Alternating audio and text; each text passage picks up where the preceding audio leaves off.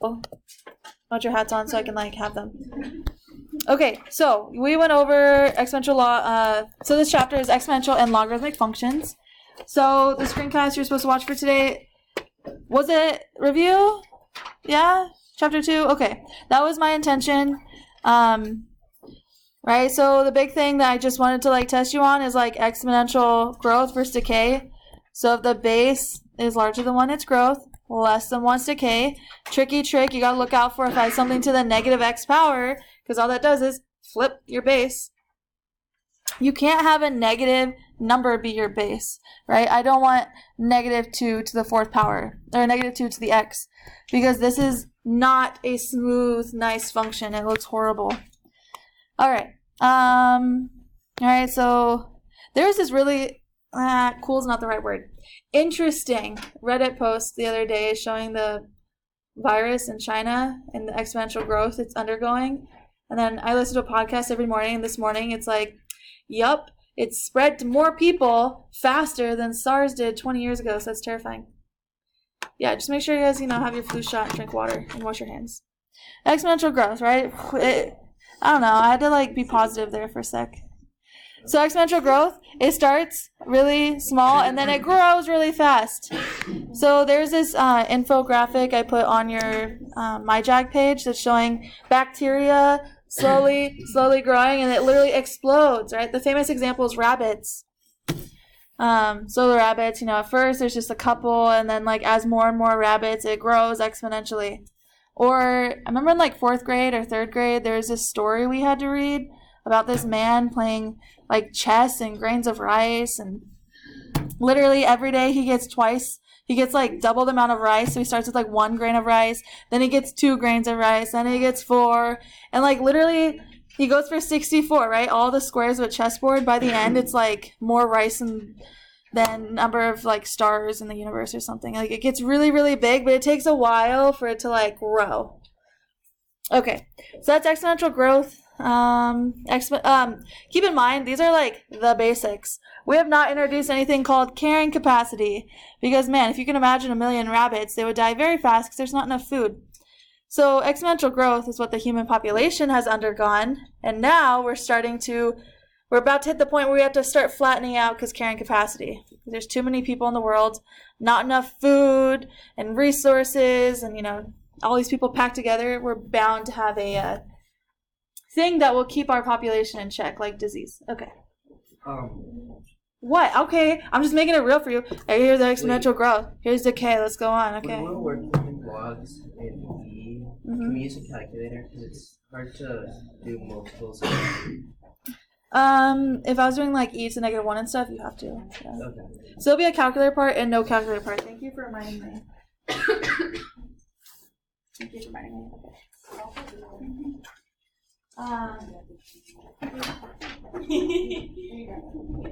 All right, this is the practice quiz. I don't know, trying this thing where I give you things way early in advance and the solutions are online. Also, you can see how I'm gonna ask you about it, So there's a calculator part and a no calculator part. There's pass it down. Calculator part, no calculator part.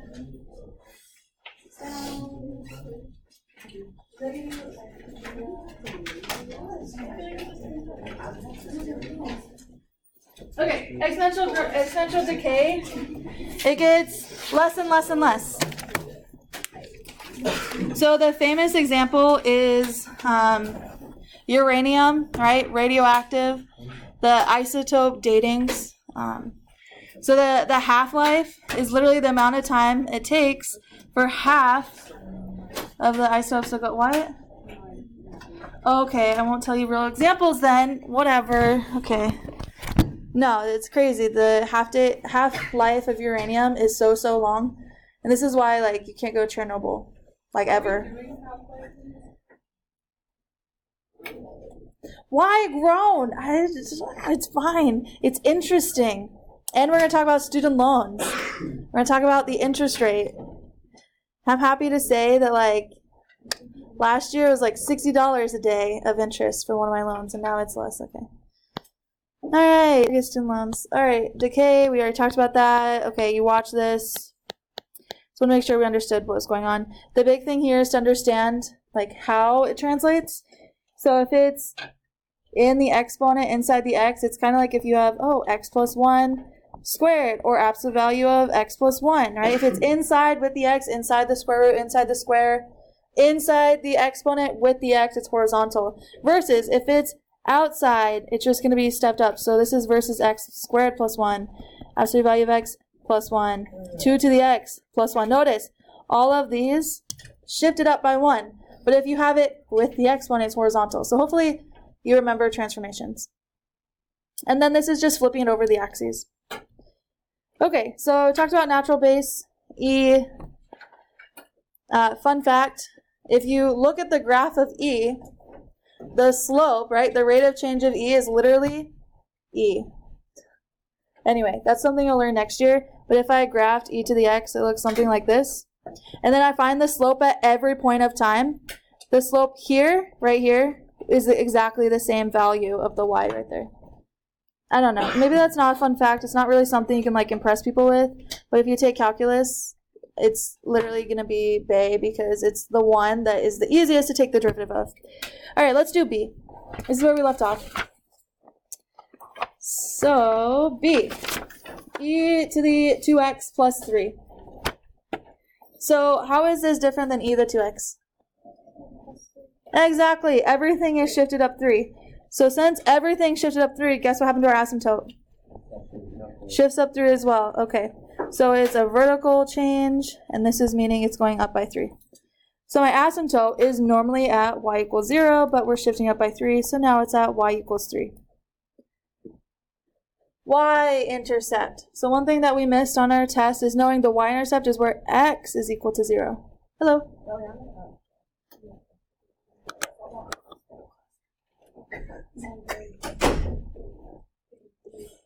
Ooh, that was nice. All right, got her. Okay. All right, let's keep going. So a y-intercept is where x equals 0. That was saucy.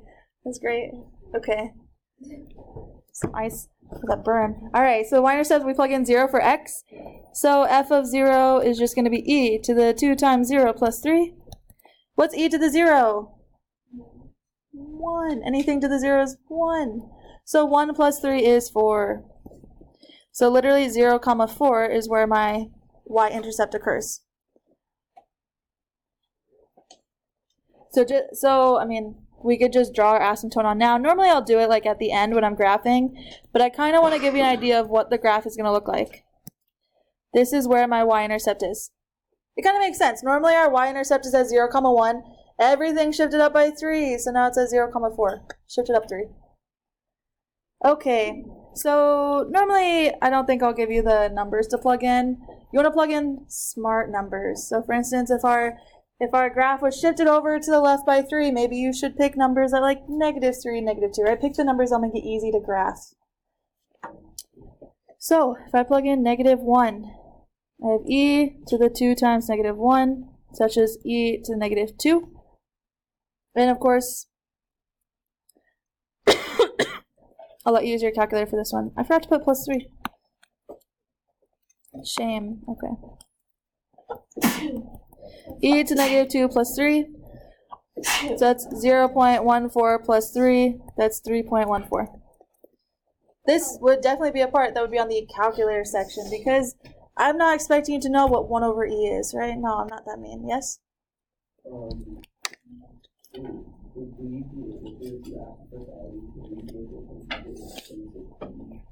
Oh, of course. I love exact answers.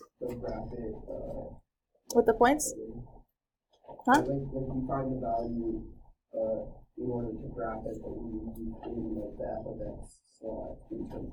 Oh, that's fine with me. Especially if you take calc next year, I would love that. Exact answers make grading easy because that's the way I put my answers.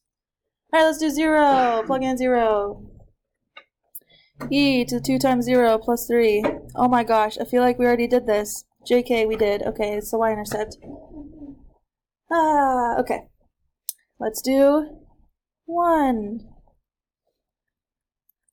e squared plus 3. So that's going to be 7.4 plus 3. Oh my gosh, 10.4. We're going off the graph. So clearly, like, we're not going to actually be graphing all of these numbers. All right, this is 59.6. Nope. This is what exponential growth means. Literally getting bigger and bigger at a faster and faster rate.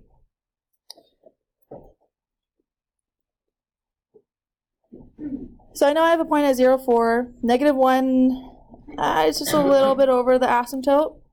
And at 1, I'm at 10.4. So that's about right here. So really, those are the only numbers I need, because I have my, like, turning point, right, where I'm like flat, flat, flat, and then I turn to go up fast, right? My turning point here is the y-intercept, where I'm turning the corner. That's a really bad line. Oh my gosh. Just make sure that you don't touch the asymptote. That's the important part. Oh, whatever. It's close enough.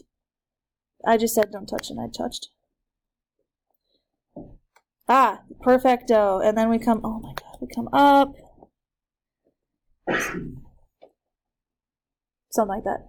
So remember, normally our graph looks like the following. 7, 2. So normally e to the x looks like this purple guy, right, the bottom one. So it's shifted up by 3, and notice it's getting bigger faster. Instead of e to the x, it's e to the 2x. So it's getting bigger way faster, right? I didn't just turn the corner and gradually goes up. It like literally goes straight up as soon as it turns the corner. All right, so now we're gonna play a game where I just go down a row and you tell me the answers. So domain, let's start with here. Let's Sarah. All real numbers. Aha! All real numbers. Beautiful. All real numbers. There is not an x value that you would not be allowed to plug in. Plug in any number and it will give you a number back. Granted, it might be really, really big or really, really close to 3, but it will give you a y value. The range, this one's hard. Right, Rocky, what's the range here? 3, infinity. Yeah, exactly, 3, infinity. Why is this not a square bracket? Because the asymptote is 3. Exactly, the asymptote's at 3. So I get really, really close, but never touch it, and then it's all the values above. Why even you put in a calculator like each -20 plus 3 simply comes up as 3? Because the rounding, because it's going to be 3.00000000000 whatever, right? Because there's so many zeros, you probably have a float 6 or something, right? Like you tell your calculator cut off after 6 digits. So it's like, okay, rounding to 3. Yeah. All right. Who am I now? Bradley. All right. What's my left-hand behavior? Yeah, it's 3. Yeah, it exists. I am actually approaching a number. I'm getting closer and closer to y value of 3. I'm not crossing it. Ethan, what's my right-hand behavior?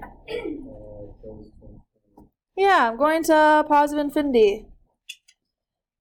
Right, I'm going to positive infinity. It just goes up forever. There it goes. It's not approaching a real number. And lastly, Jake, where am I continuous? Yeah, exactly. Forever. All real numbers, in interval notation, negative infinity to infinity. Perfecto. Hey, okay. Do we have questions about this so far? I want the, when I was first grading your test, I was like, man, maybe that chapter 2 test was a little too easy, but, like, it's all good. If you're understanding it, I'm not going to complain. Just the main things. You just have to make sure you show your work, because there's a couple people who literally, on a 4-point question, you only missed a half because you showed your work, even though the whole thing was wrong because you missed, like, an exponent. So that was wild. But because you showed your work, I was like, you know what? Okay, if you had actually added that correctly, everything would be right. Like, I could give you most of the points. So that's why. So, cool. Question. Ears waving. Hello. Okay, let's keep going. I don't know. Exponential growth and decay. So I'm not going to be giving you any of the equations, but you got to know them. Does that mean? Maybe. It is what it is. Exponential growth and decay. So, compound interest formula. If a principal P is invested at an annual rate R in decimal form, compounded n times per year, then the balance A in the account after 2 years is given by this equation. Wow. Okay. Let's break down what the heck this means. So, the P is the principal.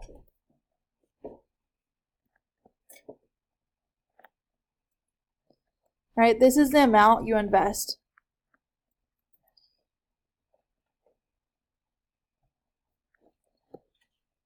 R is the rate. And notice it's in decimal form. So if I say the rate is 7%, you have to write it as 0.07. This is what people always miss. They forget to change the percent into decimal. Right? This is the rate. R is the rate. N is the number of times compounded.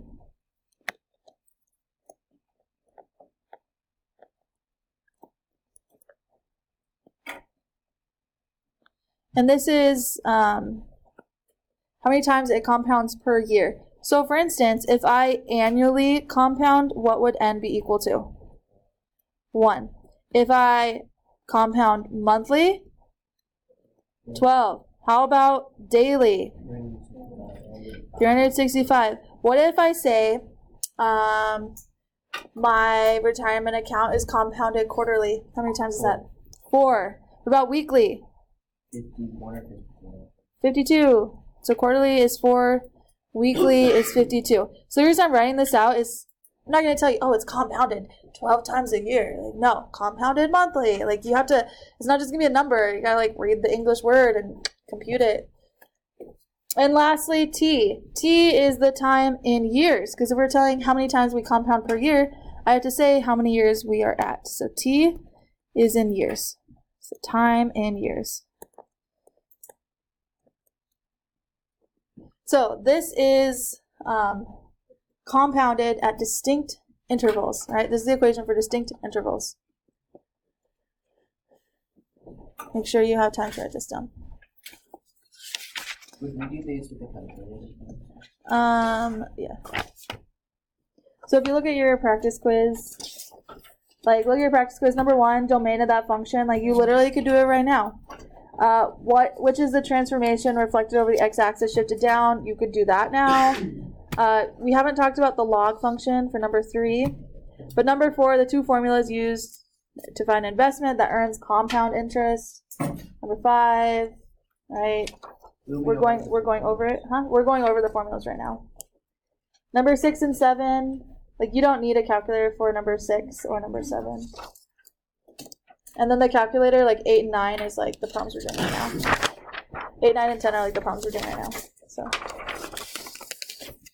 this is the practice quiz I gave last year. I'm gonna like think about how I want to like change the quiz, like which numbers and etc.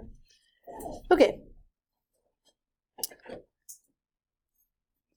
So this example is a happy one. It's a positive one. But I'll be honest with you, this is a topic close to my heart, exponential functions, because it's how I'm getting screwed every day by the government. So, because student loans really suck. They do. And they're not just compounded yearly or monthly, it's literally continuously. So what I could have done is at the beginning of class, I could have checked how much interest I had, and at least there would have been at least a couple pennies during this 1 hour where there's that much more interest on my student loans. Yep, that's what it is.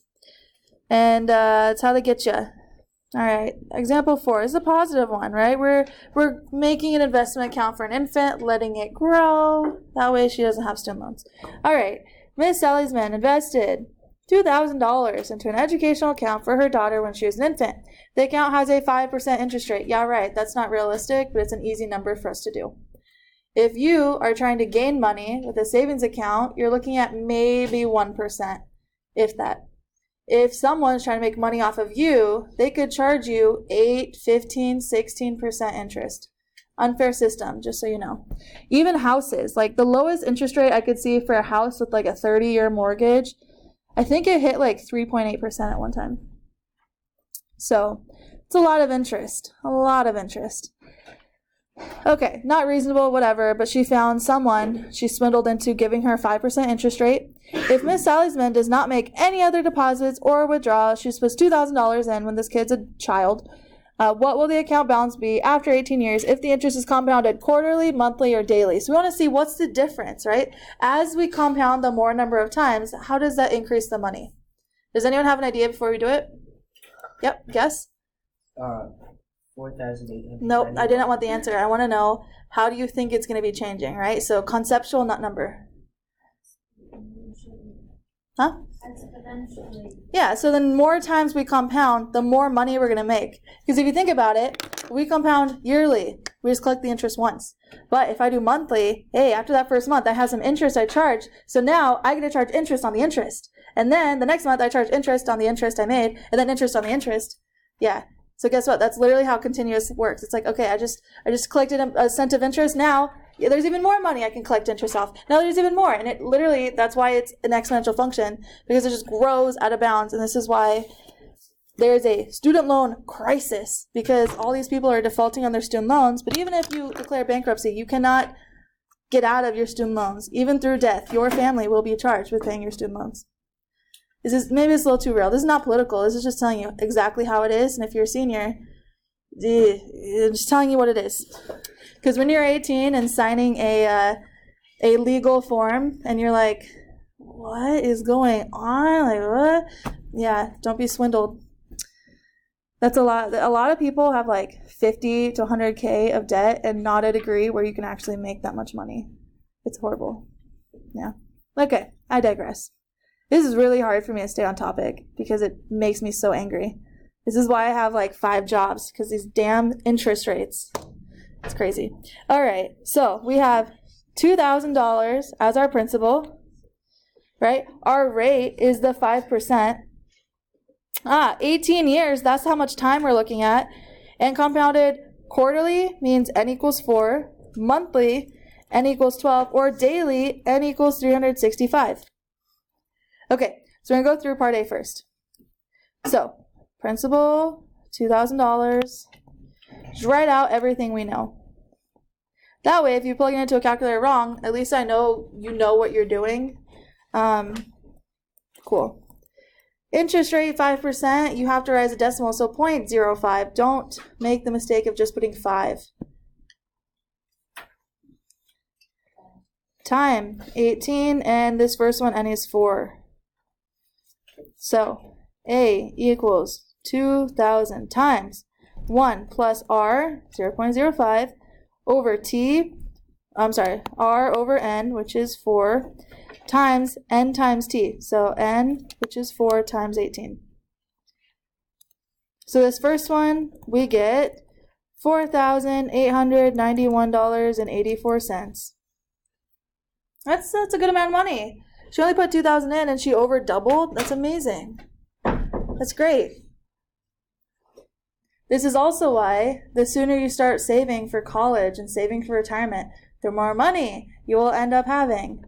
So, 2 lessons from today. 1, don't get swindled by student loans. And B, if you cannot have student loans when you turn 22 and graduate college, put all the money you would have paid into student loans into retirement.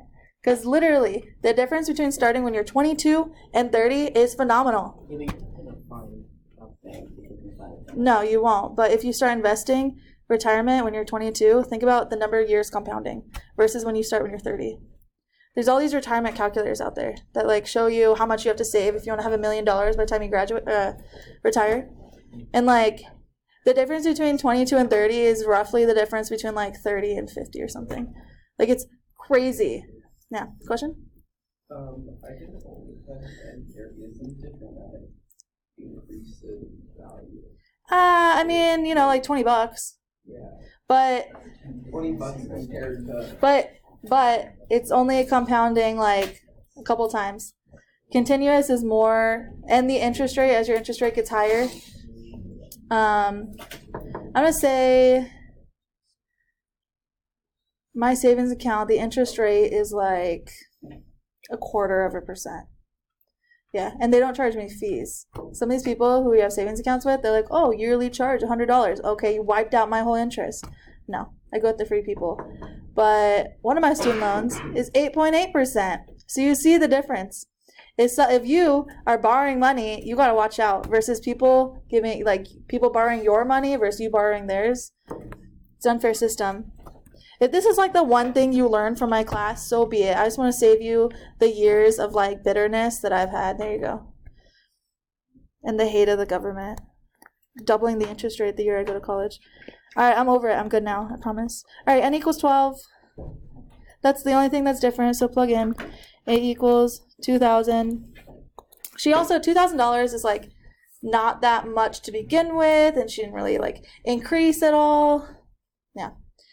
So 2,000 times 1 plus 0.05 over 12 times 12 times 18. So we see this time the amount of money is $4,910.02. Okay. So 4 times 0 versus 12, right? It's just a little more because this is about $20.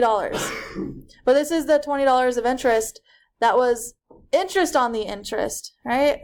Interest on interest. Oh my gosh. And then lastly, it's going to be the same thing. It's just we are having n equals 365 instead.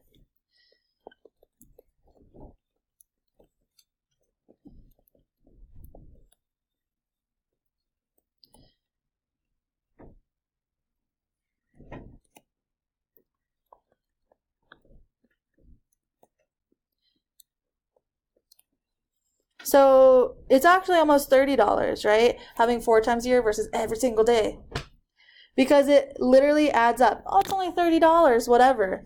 But imagine if it wasn't money being given to you, it's money you're paying, you're like, dang it, that's $30. I could add Starbucks for a week or whatever. Let's be realistic. Starbucks for a day. Okay. It's so expensive. Especially if your friend's like, oh, can you give me something? Sure. Whatever. All right, so that was compounded interest. What about if you're getting student loans? Student loans, they try to rip every penny out of you. So they are compounded continuously. What's wrong? I know, I'm being very negative today. I mean, I would go to your games. I wouldn't go to every basketball game. But like, the fact they give me a little bit of cash, I'm like, I'll go to everyone. Yeah. That's why I'm your biggest fan. Huh? Well, the issue, okay, ready? The issue with that is you have to have money in order to make it. Think about it, right? All these people that buy all the Supreme stuff and resell it and make money, how'd you buy the Supreme stuff first? Oh, your bar mitzvah money. Oh, okay, cool. I don't have that.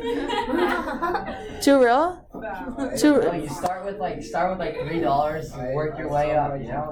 I'm gonna buy a Supreme jacket for $3. FanDuel. You can put like a 10-team parlay for $3 and make like $1,000 off it if you get it all right. Which is very if I'm not about to put my money where it won't make money. Low risk, high reward. Okay, you know what? Let's finish this and you ask me all the little questions about your test. Okay, so compounded, APERT. Guess what? Our base is now E. So APERT. So principal, E, R is your rate, T is time. So let's go through. Ooh, now she found an account that'll pay 5% interest compounded continuously on her $2,000 educational investment. What will her account balance be after 18 years? Whew. Okay, so ready? Rate is still 0.05. Principal is still $2,000. And our time is still 18. So now if I do APERT, you guys are going to find this answer and be like, oh, it's not that much different than the previous one. Yeah, then I'm going to blow your mind with the second part. Convince you. Screw student loans. Okay. How do you know when to use what one? Continuously. Compounded continuously. If it says continuously, you got to use APERT. If it says compounded quarterly, monthly, that's when you use the other one. So compare this to the first one up above.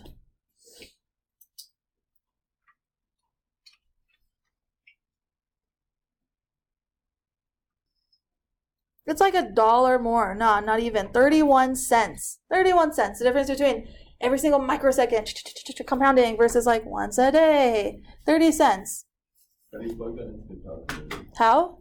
So your question, how? Okay, let's do it.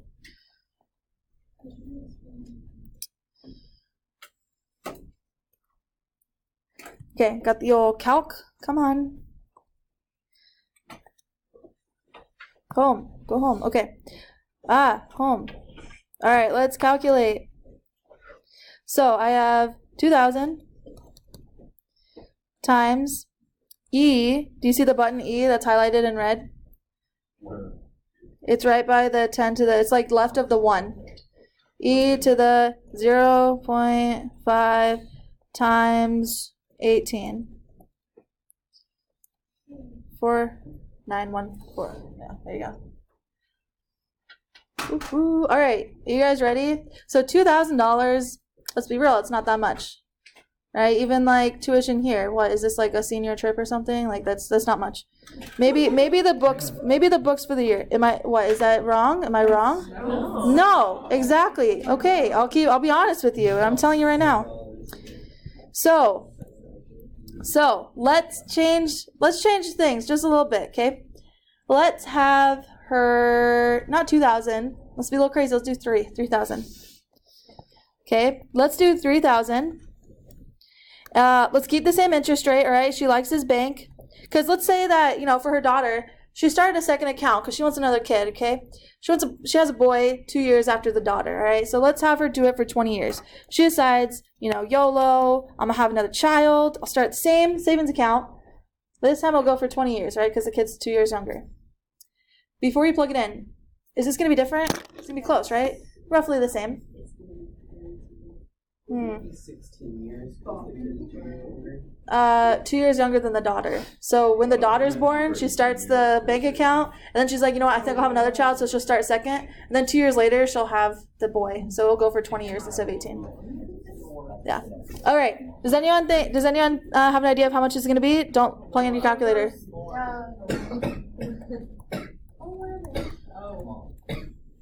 So it's $1,000 more starting, but it's like 2.5 times, right? It's significant. It's a lot. It's a lot of money. But when you're talking about student loans, okay, that's about, the federal government has a cap of about $10,000 for, subsidized loans. So you're looking at $10,000 to a 6.8% interest rate that you won't pay anything for 4 years. If you have the unsubsidized, that means interest accrues while you're in college for those 4 years. And so it's not going to be $10,000. At the end of those 4 years, you're going to be looking at $14,000, whatever. That's a example about what it's going to be like. Cool.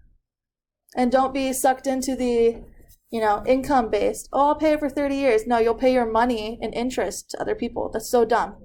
Okay. Now let's keep going. This is an issue. It just makes me so mad. Yeah. I got a lot of scholarships, and you know what MIT did with them? They're like perfect. Every single dollar scholarship I got, they took away the scholarship they gave me. So I had a $42,000 scholarship from MIT, and then I got $10,000 scholarship, so they reduced my scholarship from MIT to $36,000. Yeah.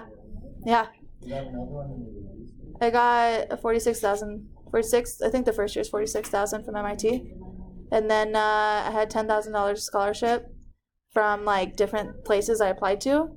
And so instead of sending me the money, they sent it to my college, right? Because that's what they're supposed to do. So then my college was like, you know what? Cool.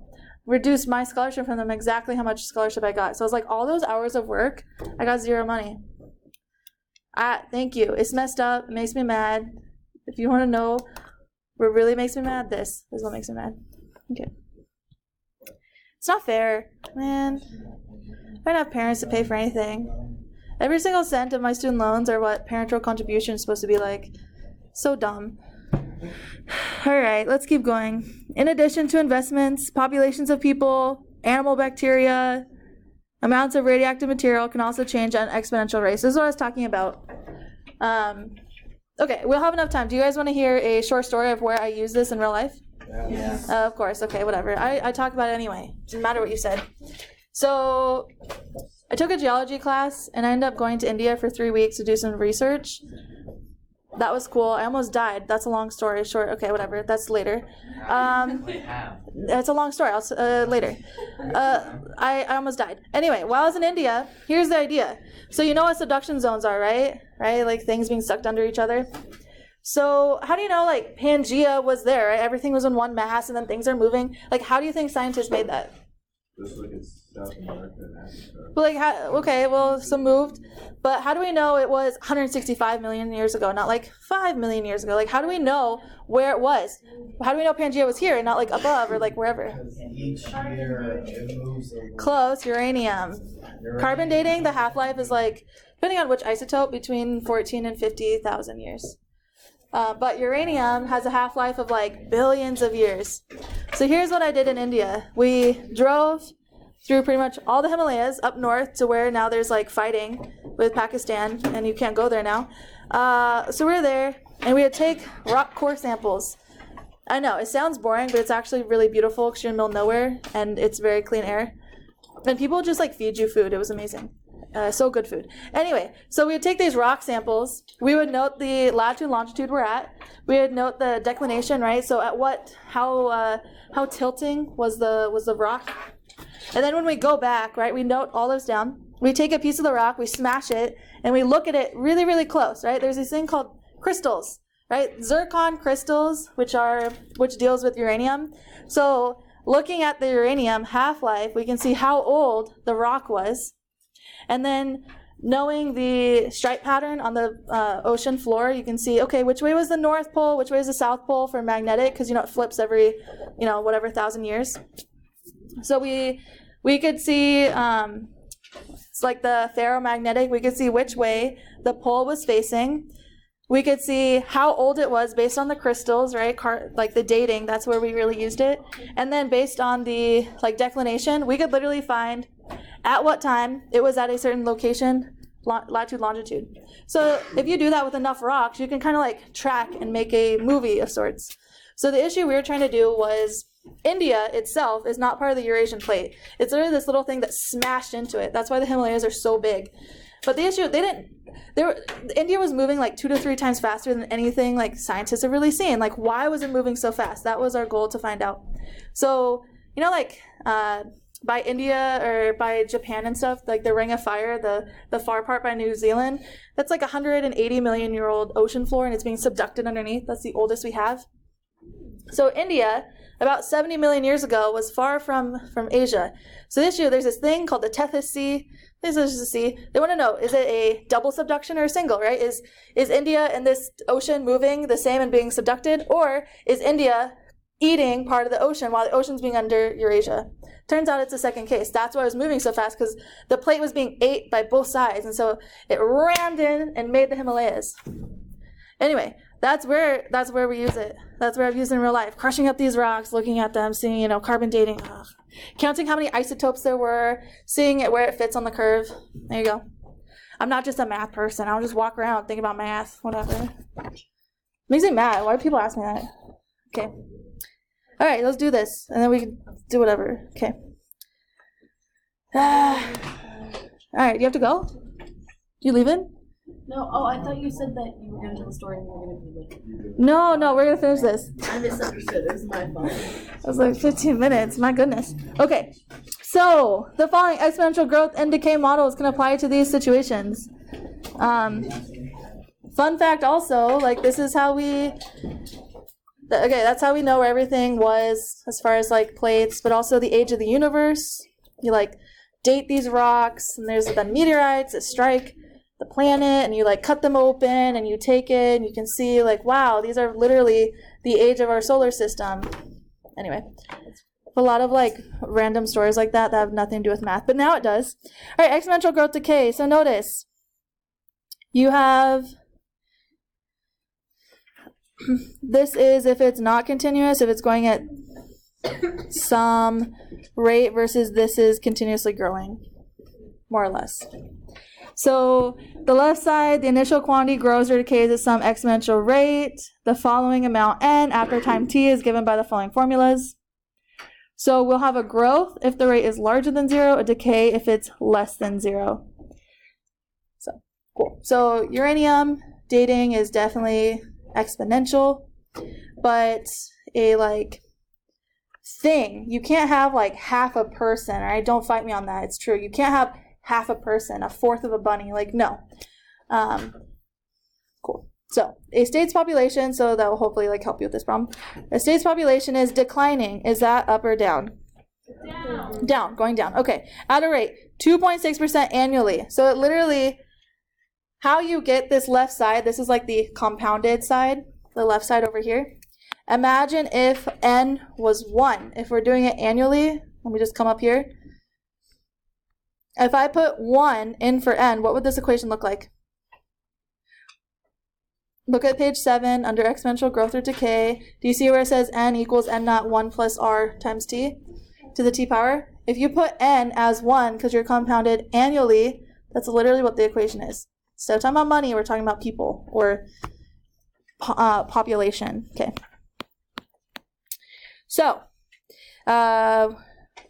annually, right? So we know n is 1. This interest rate is in annual, how much we're increasing annually.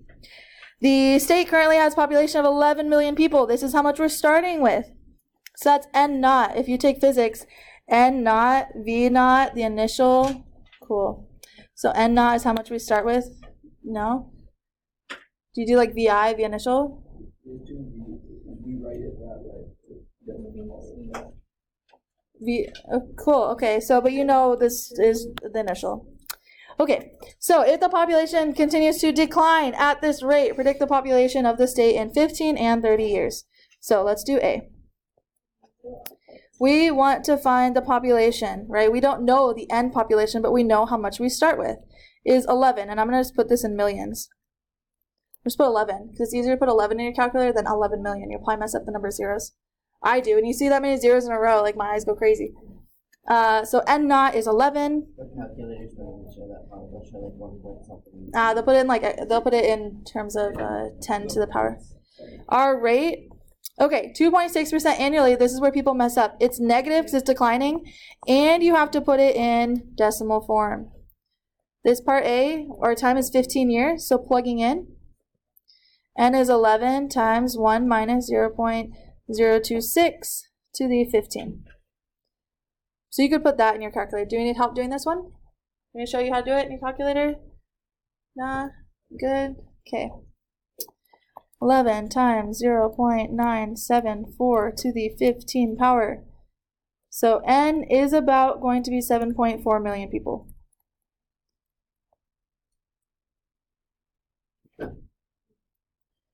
All right, wow.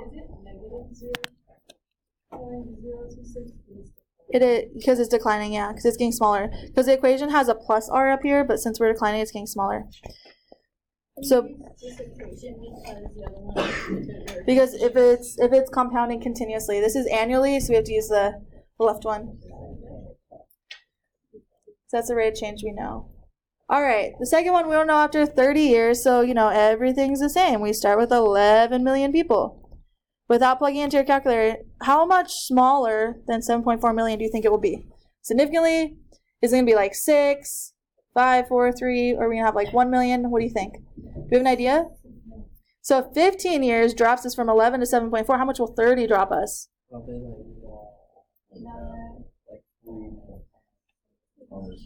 So keep in mind, this is exponential decay. So at first, it goes down really, really fast, and it kind of levels out so much.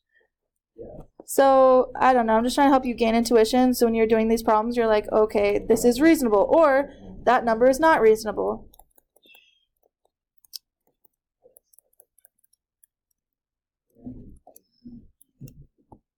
It's about 5 million.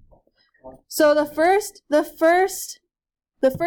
15 years, we go down 3.6 million. The next 15, we only go about 2.4, right? So it's significantly less. It's slowing down. Do you want straight up in terms of million? That's fine. Okay. Because you label it's not like you wrote 5, you wrote 5 million, and that's fine. I wrote 4,990,000.